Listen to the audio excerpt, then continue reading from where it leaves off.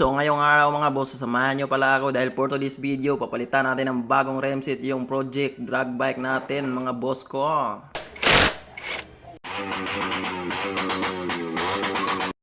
So hello mga boss, so for today's video mga boss, sasamahan nyo naman ako dahil for today's video is magpapalitan tayo ng remset ni Toriok mga boss, project Malaysian drag bike natin mga boss. So ayan mga boss, so nahangir natin yung sa ilalim sa tambotso natin para pag tanggal natin ng gulong is wala na tayong problema.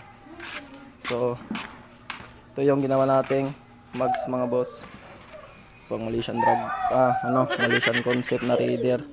So hindi pa natin nalinisan, so samahan niyo muna ako mga boss, puntahin muna natin yung remset natin. So ito na yan mga boss, so ipakita ko na pala sa inyo yung remset natin. So pasensya na pala sa damit natin dahil hindi pa tayo nakabihis. Galing pa tayo ng eskwelahan mga boss. So ito yung remset natin. So bali dalawa. Dalawa 2 pieces lang to mga boss. Hindi kasi siya kagaya sa mga strong rims or super drag rim mga boss na nakaisa lang sila sa karton. Pero ito mga boss is isa-isa ko talaga tong binili mga boss. Yung Takasago kasi brand nito. Then yung concept ng motor natin mga boss is Malaysian drag bike. So, saan na natin? So, kulay silver pala ito mga boss. 1.4 yung likod at saka sa harap. Wala kasing 1.2 na Takasago mga boss. Dahil yung purpose niya is pang drag race talaga. Kasi pa yun malaki. So, yun. Sobrang kintab. Mas makintab pa sa mukha ko mga boss. Gago! So, bali dito sa isang gilid mga boss, wala siyang brand. Yung brand niya is nandito. Yan. Medyo malabo yung camera. Takasago 1.4. So ito na yun mga boss. So bali nabili ko dito mga boss is tag 1.4 isang rim set. So bali yung dalawa 2.8 yung dalawa. Budget meal. Buksan din natin to. Matagal ko na sana tong ikabit mga boss, mga 1 week na tong dumating galing Shopee build lang. So di ko na muna nakabit dahil busy pa tayo. May pasok tayo sa paaralan. So inuuna muna natin yung pag-aaral natin. So ayan. So bali ito siya. So huwag niyong i-skip yung video na to mga boss. Panoorin niyo yung buong video. Please lang naman. Oh.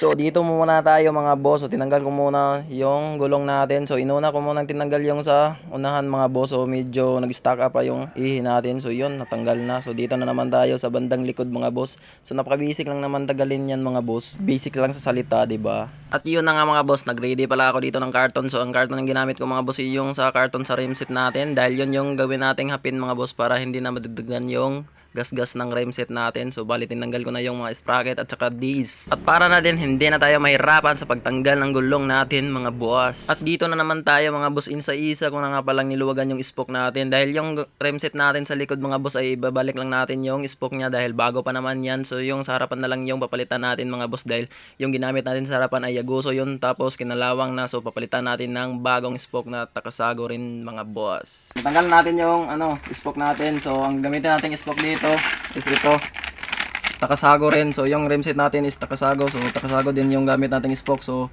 9G yung size, 9G X 184mm. So ito yung gamitin natin sa small lab.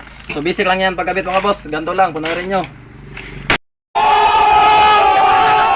Ano siya mga boss, nakabit na natin yung dalawa. Bali na assemble na natin yung dalawa. So ayan, kasama muna natin si tropa dahil siya yung maghahawak nito. Punta kami muna sa shotton mga boss dahil ipaalay natin to sa tropa natin. So abang-abang na lang mga boss, babalikan ko na lang kayo kapag ma-assemble na natin, andin ikabit na natin sa motor natin. At yun mga boss, naglakad muna kami dito dahil pupuntahan muna namin yung motor namin. At wala nang iba kundi yung pamalakasang pang daily natin. At ito na yun siya mga boss. At ang problema dito, baka walang gasto, kaya check muna namin. Oy, wala talaga. At okay lang yung importante may tagatulak yun. At yun na nga mga boss, hindi nagtagal, dumating na kaagad kami. So baka magic yarn. At buti na lang mga boss dahil pagdating natin dito sa shop mga boss at naswertian din tayo na hindi sila busy, kaya inumpisahan na ni kuya ng pag-align mga boss at nakabit na din yung isa. At bago din ako nag-video mga boss, nanangid muna ako kay kuya kung pwede bang mag-video. Sabi naman niya ay pwede dahil gusto niya din mag-artista. So yan mga boss, muntik na tayo nabutan ng gabi dahil ayun, malakas yung ulan. So, pero natapos na din natin na assemble yung rim set natin mga boss. So, lapitan natin. So, yun. Sobrang linis pala yung rim set natin mga boss. Napakabagay na talaga to sa motor natin. Kulay silver. So, nakabit na rin natin yung sprocket mga boss. And then yung adapter dito. Tsaka this, gulong. Hindi natin na-videohan kanina mga boss. Ayan, sobrang lakas yung ulan. Yan yung motor natin. Sobrang basa na. So, itong ano natin mga boss, strong rim set natin. 1.2 at saka 1.4. So, wala talaga tong bingkong mga boss. Ang meron lang dito, ayan, kunting gas-gas sa pagligwat ng kapag nabubutasan tayo ng gulong. So wala namang problema yan dahil Q-Tex lang yan, katapat yan.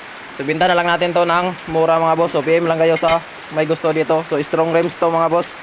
So tsaka na natin to ikabit mga boss kapag ayan, hindi na maulan dahil baka mabasa tayo. At dahil nga nag-stop na yung ulan mga boss, inumpisahan na natin to para kagaya sa ex ko, nag-stop siya sa akin dahil meron siyang bago. Aroy, ang sakit nun.